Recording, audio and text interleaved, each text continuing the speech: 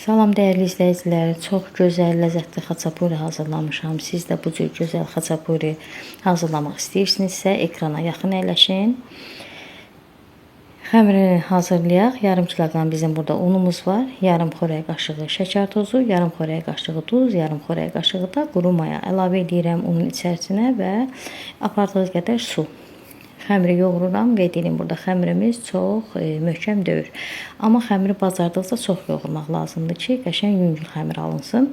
Xəmiri yoğurduqdan sonra hardasa 50 qram duru yağı da əlavə edib, həmən yağı da xəmirə təzədən yedirdirəm və qaba yerləşdirib qoyuram ki, xəmirimiz biraz mayalansın.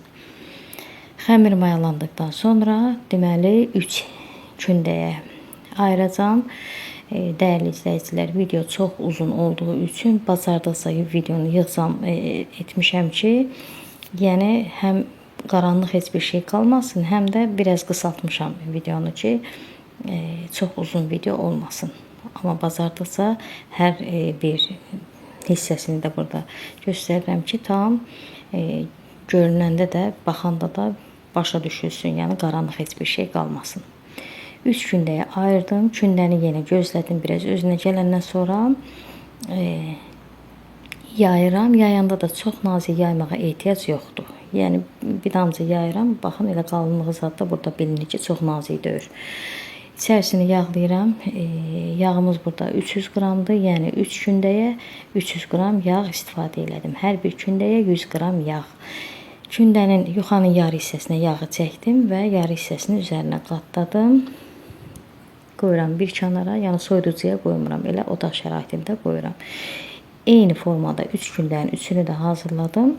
Daha sonra heç gözləmədən, yenə hazır yağlayandan sonra bir bunları yaydım.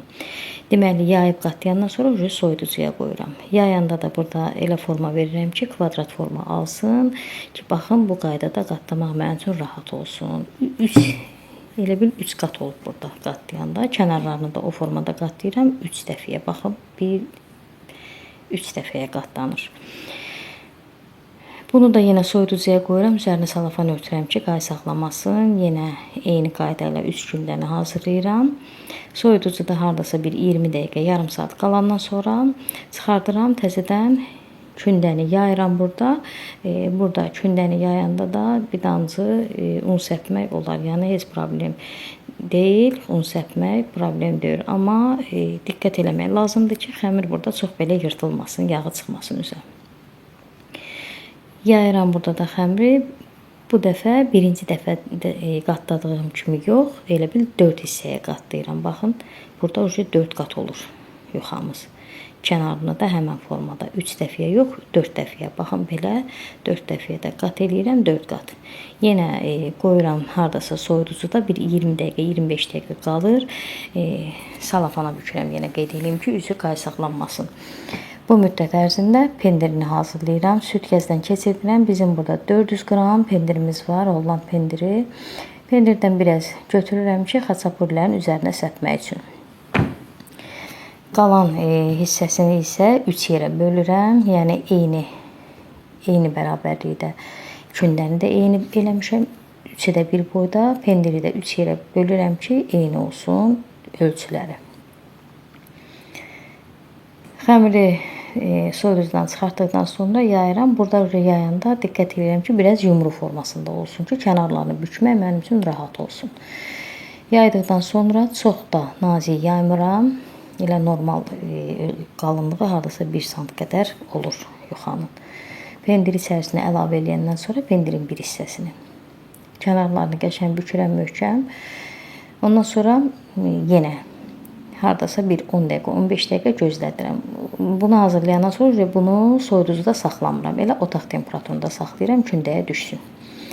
Yenə qeyd edeyim ki, 3 gündən 3-ünü də eyni qaydada hazırlayıram. Lakin bir dəfə hərəsini göstərəm ki, video çox uzun, yorucu olmasın. Onsuz da bir damcı burada video çox uzun düşüb. Çünki burada proses biraz uzun gedir.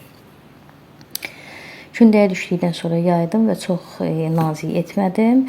Onsuz da bişəndə biraz qalınlaşır. Yerləşdirirəm sobanın listinə, üzərinə yumurta çəkirəm. Yumurtanı burada elə ağlı sarlı istifadə elədim. Yumurtanı çəkdikdən sonra hansı ki pendirdən ayırmışdım üzəri üçün. Baxın, biraz da üzərinə əlavə edib 170 dərəcəli sobada qoyuram bişsin. Burada heç haçapın üzərindən dəlik açmamışam. Bişəndə elə bir biraz üzü köpük şişir. Ondan sonra yavaş-yavaş təzədən yatır. Yəni problem deyil. Əgər siz istəsəniz üzərindən bir dəlik aça bilərsiniz ki, çox köpməsin. Hazır oldu. Çox gözəl, yüngül xaçapuri alındı əziz xanımlar. Deməli, ölçüsü də çox gözəl, belə normal ölçüdə oldu. Çox belə balaca xaçapurilər alınmadı. Xəmirin özü o qədər gözəl alınıb ki, qat-qat belə elə bil ki, qoğal xəmiri kimi alınıb. Əziz xanımlar, elə bu qat-qat xəmir sayılır. Bunun xəmiri buzxanada da xəmirin özünü saxlayıb müxtəlif içliklərlə bişirə bilərsiniz. İzlədiyiniz üçün təşəkkürlər. Hələlik.